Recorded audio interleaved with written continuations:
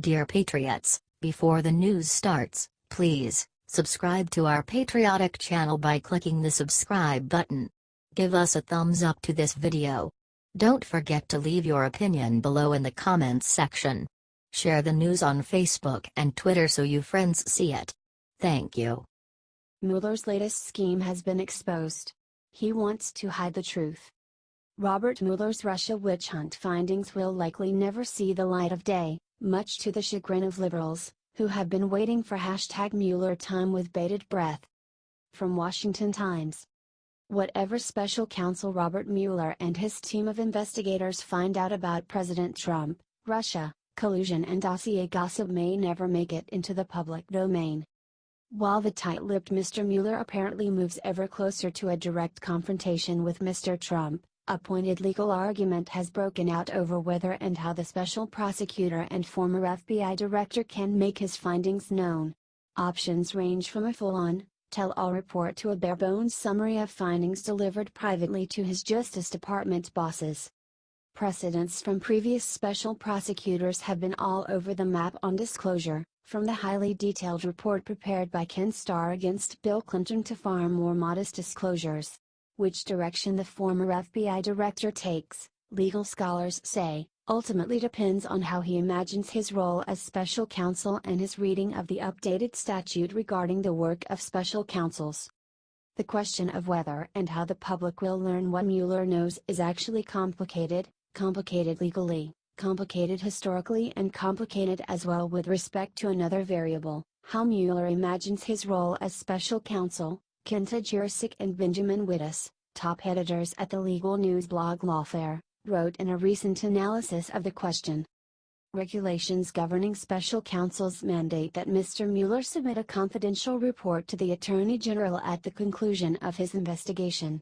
But there are major ambiguities, starting with what the Mueller team decides to include. With Attorney General Jeff Sessions recused from the investigation, the report would go to Deputy Attorney General Rod Rosenstein, who selected Mr. Mueller. A second major question mark in the law involves what happens next. The statute says Mr. Rosenstein can override the confidentiality restriction if that would be in the public interest, to the extent that release would comply with applicable legal restrictions. Mr. Rosenstein then would have to weigh several factors, including the traditionally confidential nature of criminal investigations that don't result in an indictment, the long-standing Department of Justice policy against public revelations, his own distaste for disclosure, and the likely dramatic effect on the government that public release of the report will cause. Ross Garber, a specialist in government investigations at the Connecticut law firm of Shipman and Goodwin, wrote recently in the Los Angeles Times. And he will have to weigh all that against the public's interest in knowing about the potential misconduct of the president, Mr. Garber said. In their lawfare analysis, Mr. Wittes, a senior fellow at the Brookings Institution, and Ms. Jurisic cited three distinct models to guide the findings of the special prosecutor's 11-month investigation. These models lead to different outcomes in terms of how much the public could be told. The first special prosecutor dates back to the Grant administration and an 1875 scandal involving whiskey revenue, but the modern era is deeply marked by the Watergate special prosecutors, Mr. Starr's Whitewater investigation, and the series of special counsels such as Mr. Mueller appointed to specific probes following the expiration of the independent counsel statute in 1999.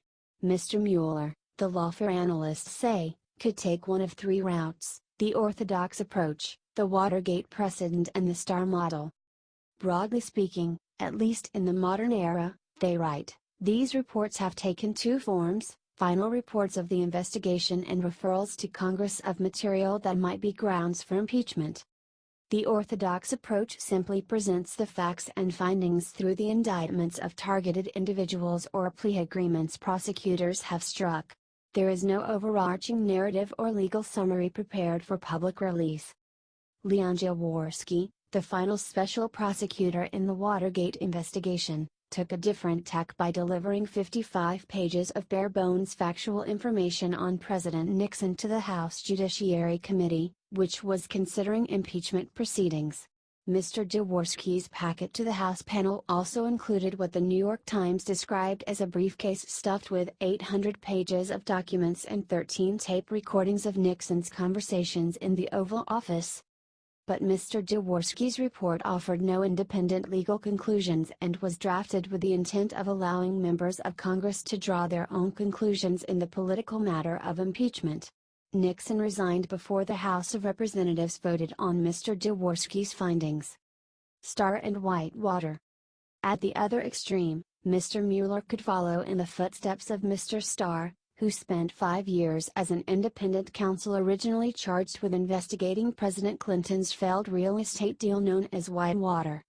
At more than 400 pages long, the Starr report was a comprehensive document that covered not only the failed Whitewater deal, which occurred years before Mr. Clinton became president, but also the firing of White House travel agents and a sexual harassment lawsuit filed by former Arkansas state employee Paula Jones.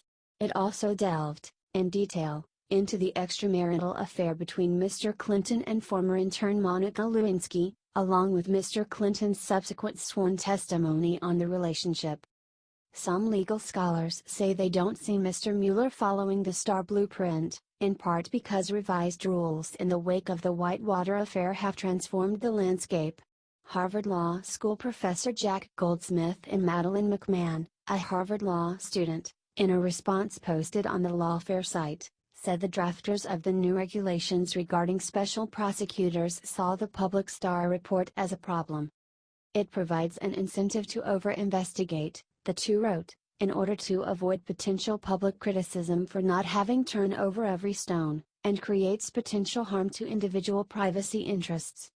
Mr. Rosenstein's appointment of Mr. Mueller last May stipulated a much narrower vision of the reporting requirement, raising the possibility that Mr. Mueller's final report may not be public at all and could be handed over to the Office of Attorney General Jeff Sessions for the administration to decide how to proceed.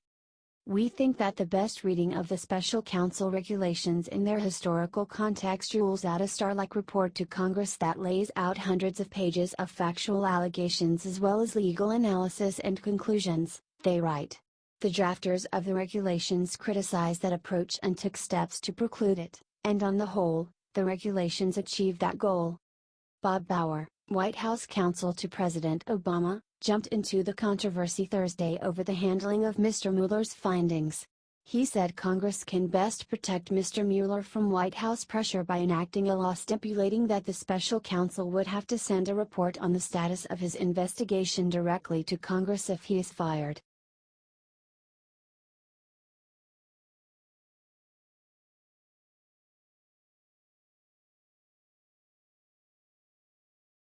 News fear coming. Massive crusade of invaders marching to U.S. right now to annihilate America. An unprecedented angry army of crusaders are making their way toward the U.S. right now and are bringing complete chaos and destruction with them.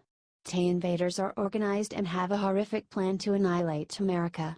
By the sheer size of their massive migrant caravan, they can't be stopped and are prepared to do whatever it takes to take over.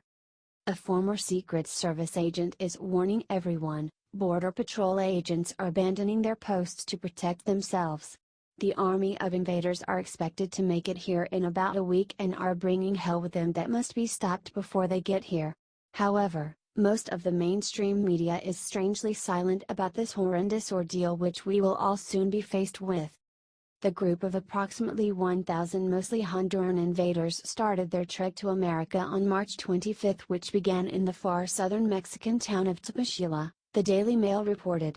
They have already made it 150 miles on foot and are picking up steam as President Donald Trump ripped into Mexico Monday morning for knowing that this army of asylum seekers were coming here and refusing to do anything about it. Trump tweeted that Mexico had absolute power to stop the caravan before they got too far but let them continue marching on toward our border where they plan to riot in Puebla, Mexico when they arrive there between April 5 to 9. From there, they will force their way into the U.S. by all means possible and will demand asylum and will not quit until they get it. There is an army of invaders approaching, about a week out tops. The first group we saw attack our Border Patrol agents were part of that bigger group of hundreds of thousands of invaders heading our way. I repeat. Invaders are approaching our borders, about a week out. Concerned citizen, Kyervan, wrote on Facebook, including a picture and video of the invasion coming our way. Despite the massive lack of media coverage, likely because leftist outlets don't see the clear and present danger that this group is, Trump is furious and not taking it lightly. They must stop them at their northern border, which they can do because their border laws work, not allow them to pass through into our country, which has no effect of border laws, Trump announced today on Twitter. We have the power to stop it or fight it even if a citizen militia forms, but without media attention on it and people being warned what to prepare for, the invasion will be here before anything can be done about it. We can't wait until it's too late. The Washington Examiner reported what this caravan is already celebrating as a victory. According to an account from the Center for Immigration Studies, Mexican authorities have allowed the migrants to drive north with relative ease. Researcher Kasia Luna added that the group Pueblos Sin Fronteras, which aids immigrants, bragged about speeding into Mexico. It said, on Monday Pueblos Sin Fronteras posted a video with the caption, "The refugee caravan knocking down borders yesterday in Uhuitan. Immigration agents abandoned the post when they saw us coming. The people celebrate this first small victory." Locals have also provided supplies along the way. Their goal is to cross into the U.S. this weekend and demand asylum. But they have also prepared special security measures should something go wrong, according to Luna. Additionally, the group practiced security protocols, including formations which called for the men of the group to form a wall around the women and children. Moreover, the Central Americans made their way to Mexico's Commission for Refugee Assistance and made calls for better compliance with international and national laws, faster processing of asylum applications, and an increase in acceptance rates, she wrote. This is likely a victory for the left as well, who want endless amounts of illegals here regardless of the hell they bring on our system that they will inevitably overwhelm. If nothing is done to stop this invasion before it gets here, the fallout from it will most assuredly be blamed on Trump as well, regardless of the fact that he's the only one harping on it now and being ignored. The Daily Mail reports. At its current rate, the caravan could reach the U.S. by early May, or earlier, if the immigrants speed up their journey with trains or buses. Reports from the road indicate that Mexican authorities have been abandoning border checkpoints to let the group travel unimpeded and that locals are helping the caravan along the way, donating food and water. This has infuriated President Trump, who took to Twitter shortly after 7 a.m. Monday morning to demand action from Mexico and the U.S. government. Mexico has the absolute power not to let these large caravans of people enter their country, he claimed. Assaulting his opposition in the U.S. legislature, Trump also said, Congress must immediately pass border legislation, use nuclear option if necessary, to stop the massive inflow of drugs and people. Border Patrol agents, and ICE, are great, but the weak dim laws don't allow them to do their job. Act now, Congress. Our country is being stolen. Trump went on to call America's border laws pathetic compared to Mexico's in the Twitter rant that invoked a trade agreement between the two countries and Canada that's being renegotiated on his orders. He argued that Mexico is making a fortune on the North American Free Trade Agreement. With all of the money they make from the U.S., hopefully, they will stop people from coming through their country and into ours, at least until Congress changes our immigration laws, he said. Mexico doesn't seem the least bit interested in stopping the army of immigrants this time, as they have never done anything to slow the constant flow of border crossers before. These people will become America's problem and no longer Mexico's, which is exactly what they are hoping for.